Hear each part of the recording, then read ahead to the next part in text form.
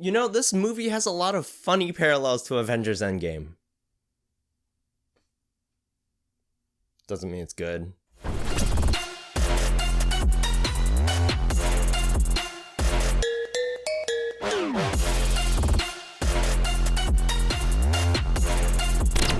Hello, welcome back to the channel for my review of Lightyear. As usual, this is a non-spoiler and spoiler review, non-spoilers now and spoilers later. So let's get it started. So existence-wise, Lightyear is a super interesting case. This is not a Toy Story Buzz Lightyear solo movie. This film is about the movie character that exists within the Toy Story universe. This is the movie Andy saw that made him want a Buzz Lightyear toy. And I gotta say, Andy, your taste in movies is kind of trash. But aside from that, this movie is interesting because from our point of view, it's based on a toy who allegedly has a personality and has the experiences of the original character. But because the Buzz Lightyear we're familiar with is just a toy, Lightyear the movie has enough wiggle room to take some liberties that could be chalked up to the toy company being a little inaccurate. But honestly, the stream of consciousness to conceive this movie is more interesting than the movie itself. I'm honestly really disappointed in Pixar on this one. Very quickly, this movie's plot goes like this. Buzz and the rest of the passengers of his voyage are marooned on a hostile planet, and Buzz has to find a way to make it back home. Immediately, this movie has a pacing issue. Pretty much the entire first act is super fast paced. I usually enjoy this in a movie, but the movie never really slowed down enough for us to get to know the characters. And I suppose there is a reason for that, which I won't spoil, but that reason makes it even harder to get on board with the story. To give you an idea of how jarring this is, let's say Avengers Endgame is your first MCU movie, and you're meeting these characters, they decapitate Thanos, alright. And then the 5-year time skip happens. And then guess what? It happens again. And then it happens again. And it happens 12 more times. So by the time we get to the second act, no proper character development has happened, and all of the side characters reside in the second act. So the second act actually has to become the first act, so we can set up these new characters. And the movie really slows down to introduce these new, uninteresting sidekicks that I don't care about. As for Buzz himself, I enjoy how driven he is as a character, but I don't like how he's characterized within the story. He's kind of like the Mandalorian in season 1. He's all like, I don't trust droids, and I work alone. And those handful of traits set up his very basic character arc for the film. I can't really blame the movie, despite wanting more from it. Like, it's very simple, but it's fine overall because it leads to straightforward payoffs. I just expect more. As for side characters, I think Pixar misstepped here as well. If it were up to me, I would develop her more, remove him and her, develop her more, and nerf him. I think this movie could have really benefited by going the Coco route and cutting down the central characters to just Buzz, Izzy, and Socks. These two felt extremely unnecessary. As for the villain, I'll talk a little bit more about Zurg in the spoiler section, but for the time being, I kinda just rolled my eyes at the concept of him. I also want to say that visually this movie doesn't really stand out amongst other Pixar films. I can't say it's bad, because Pixar never makes a bad looking movie, and I understand that the look is supposed to be very grounded, but to me, it seems visually uninspired. Like, look at Carl and Russell from Up.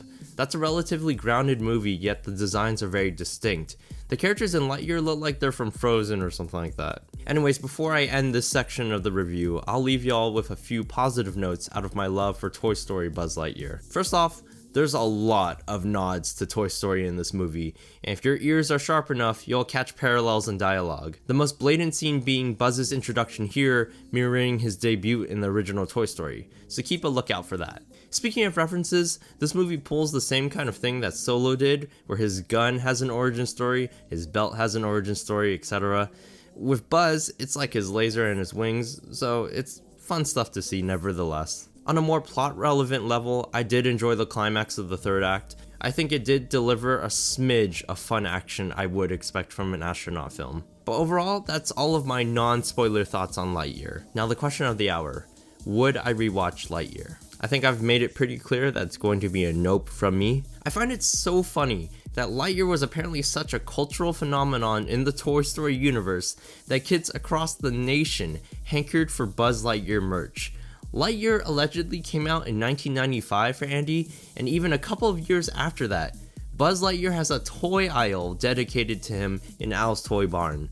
That's Star Wars level of popularity. But anyways, despite my verdict, I feel like I'm bound to rewatch this movie somewhere down the line. I think there's a darker part of me that's going to force feed this movie to myself. It's like Solo. I didn't like that movie coming out of it, but I forced myself to rewatch it so often that I kind of like it. I love Buzz Lightyear as a character, so I'll probably rewatch this movie out of denial. But as of now, when I am of sound body and mind, I would not rewatch this movie. Just making that clear. And now, if you haven't watched the movie, please leave, because we are now entering the spoiler zone. Thank you for watching, see you in the next video. Okay, so the number one thing I want to talk about here is that this movie lacks any subtlety. Buzz is like, I work alone, therefore I'm going to learn to work in a team. Oh, if you're like your grandma, we'll get along. Oops, we don't finish each other's sentences, and now we're going to have to learn how to work together. Oh, I'm afraid of space. I hope I don't have to go into space. Oh look, to save Buzz, I need to leap into open space. How terrible. Like, come on, Pixar, I know Mr. Incredible says the same thing in the first Incredibles, but that statement in The Incredibles has such a rippling impact on the story. Plus, the more important meaning of that sentence is that Mr. Incredible wasn't acknowledging Buddy. He casts him aside. I work alone. I don't need you.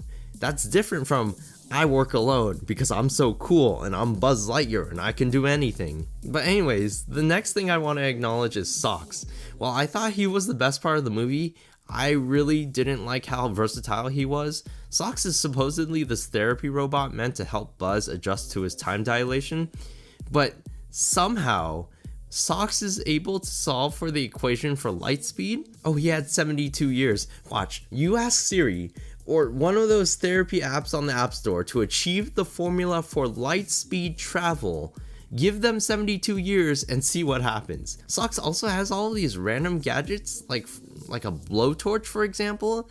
And why is he able to close the bay doors when Buzz is escaping in the XL-15? Like, how does he have that level of control? Is he R2-D2? Like, on that note, how is Buzz able to launch a whole space-worthy aircraft without approval from Mission Control?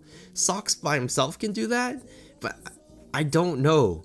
But regardless, he was still very entertaining.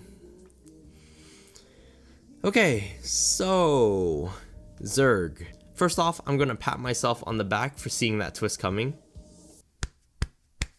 Right when I saw time travel was in the movie, I was like, okay, so Buzz from the future is the villain because Zurg can't just be a regular evil robot. I just didn't think Pixar would go through with something so obvious. But focusing on old Buzz himself, there's a couple of things I like about him and a few things I don't. The main topic I want to discuss regarding old Buzz is the writer's selection of him as the villain. On the one hand, I really like that Buzz has been so dead set on going home the whole movie that he becomes his own enemy. And I do like that this old Buzz is all about old ideas and being stubborn, but he chooses to rely on new technology, which kind of pops up out of nowhere, might I add. Meanwhile, our Buzz has to rely on old technology to beat him. On the other hand, I really don't like that Buzz Lightyear is not self-aware enough to realize that his behavior is destructive, pointless, and a little childish, to be honest. I hate that idea because Buzz is supposed to be a pinnacle of heroism. It doesn't help that he's played by Chris Evans, aka Captain America, one of the purest, most incorruptible characters in all of film. To me, it really ruins my image of Buzz in the Toy Story franchise. I fully believe that Alicia's son should have been Zurg in Lightyear. I know we get like 30 seconds of screen time with him, but the motivation can be there. First, we can have him hate Buzz for abandoning Alicia. That was one of my biggest issues with the setup. Buzz's best friend is literally there living her life, and Buzz is missing every part of it. Like, how could he do that without a second thought? And we could say Alicia suffered during her final few years, and her son could be angry with Buzz for, again, being absent. The second thing I would like to change is that we can generate more hatred towards Buzz by having Alicia promise her son that they'll get to go home one day. With this, Alicia's son's dreams now rest on Buzz, and he couldn't even accomplish that. This is why Zurg would want the crystal, so he can see Earth or wherever Buzz and Alicia are from. And we still have that mental battle of staying in the past or moving on. Alicia's son can't let go of the thought of his mother and his hatred of Buzz, And Buzz can't let go of the idea of going home. Buzz learned how to move on throughout the movie, so he can teach his best friend's son how to do so as well. So yeah, I personally would have enjoyed this much more. The more I think about this movie, the more frustrated I get, because after Toy Story 4, I'm convinced that Pixar wants any excuse to return to the Toy Story universe, which makes sense, because for a while those films were their flagship pieces of work. But you would think that with Lightyear, they would go the extra effort to make something really special. A movie that would go beyond and recontextualize Buzz Lightyear as we know him. But this movie is by the numbers at its best and incredibly unbalanced at its worst. So I hope you enjoyed my overall thoughts on Lightyear.